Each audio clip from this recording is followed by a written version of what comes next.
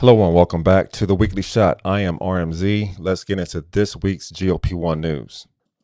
Let's start with the headline that has everyone talking. President Trump said this week that he plans to cut the cost of Ozempic from about $1,000 per month down to $150. He says it's part of a broader initiative to drive down drug prices and make life-changing medications accessible to more Americans. According to Reuters, the White House is in early discussions with Novo Nordisk, the maker of Ozempic and Wegovy, to explore how this might work. When asked for a comment on this, Novo Nordisk would not confirm that this is true. They would only say Novo Nordisk has engaged in discussions with the administration regarding the most favored nation executive order. Now, to be clear, the president says a lot of things that are not true. For example, just this week, he stated that India's Prime Minister Modi agreed to stop buying oil from Russia. Now, India responded saying that this was news to them. They hadn't heard of this. Furthermore, when Trump was making this claim in response to a reporter's question, Dr. Oz interrupted him and said, and I quote, "We have not negotiated those yet." So this could be a situation where the administration is trying to force the price to $150. This is the price that they have in mind. And they may end up trying to do it via threats as holding up approval for other drugs that Novo Nordisk has in the pipelines, via tariffs, or holding up their recent purchase of Okera Therapeutics as leverage, or there could be some other mechanism at work behind the scenes. Remember, these are patented drugs, so unless there's a deal on manufacturing, pricing transparency, or bulk purchasing through Medicare or state programs, the economics here are tough. So hold that thought. Next, Eli Lilly just released phase 3 trial data on their new oral GLP-1 drug called orforglipron. This is their first non-injected GLP-1, and results show it helped participants lower their A1C levels by up to 1.7% compared to about 0.8% for AstraZeneca's Farxiga, which is already a strong diabetes drug. Participants also saw significant weight reduction and improved cardiovascular markers. All from a pill, not a shot. Now, this could be a game changer. Right now, fear of needles or the inconvenience of weekly injections keeps some people from starting GLP-1 therapy. If Lilly nails the dosing and tolerability, which they say is comparable to Zepbound, we're looking at a new front in obesity and diabetes treatment. Lilly's aiming for FDA approval in 2026 for diabetes and potentially late 2025 for obesity. So we're not far off.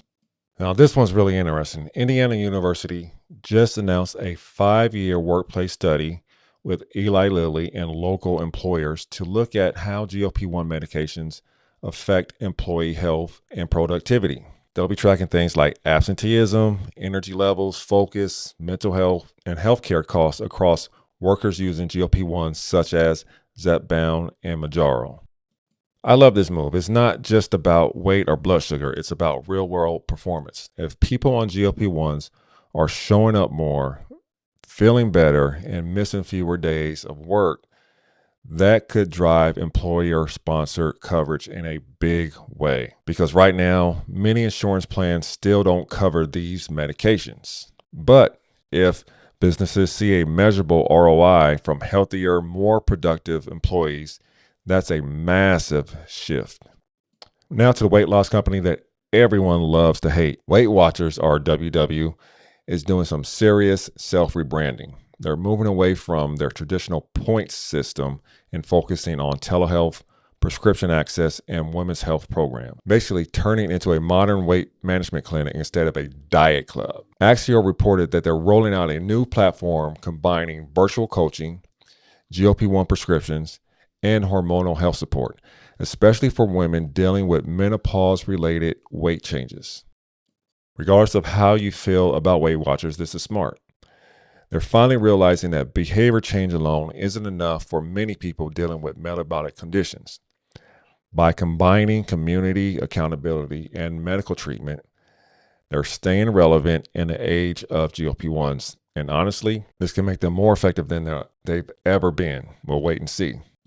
Now, over in California, Governor Gavin Newsom just said that the state might take its CalRx program, which already produces low-cost insulin, and expand it into GLP-1 drugs like Ozempic and Mounjaro. CalRx's insulin is expected to hit pharmacies soon for about $30 a vial, a fraction of the commercial price.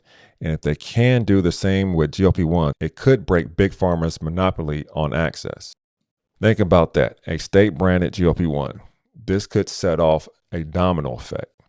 Other states could follow suit, partnering with manufacturers or compounding pharmacies to make affordable versions under strict oversight. Now, it's still early, but this could be one of the most impactful moves in public health that we've seen in years. Okay, now for something unexpected. A new study out of Virginia Tech found that people on GLP-1 medications reported feeling less drunk even when their blood alcohol levels were the same as those not on the meds.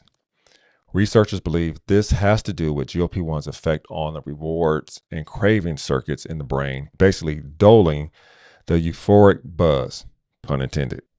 This lines up with earlier studies showing GLP-1s reduce alcohol, nicotine, and opiate cravings. It's still early science, but if these medications can reduce addictive behaviors, even indirectly, that's a whole new therapeutic category beyond obesity and diabetes. Again, we could be looking at the future of addiction medicine here, but I guess it's also hard to determine how this will impact people on GLP-1s because a lot of us just simply don't have a taste for alcohol anymore. And finally, the Cleveland Clinic released a study comparing GLP-1 therapy and bariatric surgery in over 4,000 obese patients with diabetes. And the results were pretty clear. Surgery still produced more durable weight loss, lower cardiovascular risks, and reduced long-term mortality. Now, this doesn't mean that GLP-1s aren't effective. They are incredibly powerful, but it does highlight that for people with severe obesity or metabolic syndrome, surgery still has unmatched long-term benefits. Now, what's exciting is that we're starting to see a spectrum of care. You have lifestyle change, you have medication, and you have surgery. It's no longer one size fits all. It's personalized. It's personalized, progressive, and for many people, less stigmatized than ever before. Now, I know for me personally, my 2 bariatric procedures weren't the answer. This GLP-1 medication has been a game changer for me, though. And I'm finding many former Bari patients that are having to turn to GLP-1 medications after the fact, because there's one thing that the bariatric surgeries don't do. They provide a physical restriction, but they do not regulate the hormones or suppress the food noise, at least in my experience. So that's your rundown for this week. We have politics, pills, and progress. We've got cheaper drugs being promised, new oral options coming, states thinking about manufacturing their own GLP-1s, and science showing that these meds may even help with addiction. It's a wild time in the world of GLP-1s, and it's not slowing down anytime soon. If you found this breakdown useful, hit that like button, drop a comment on which story you think will have the biggest impact. And don't forget to subscribe for next week's Weekly Shot. I'm RMZ. I'll see you next time.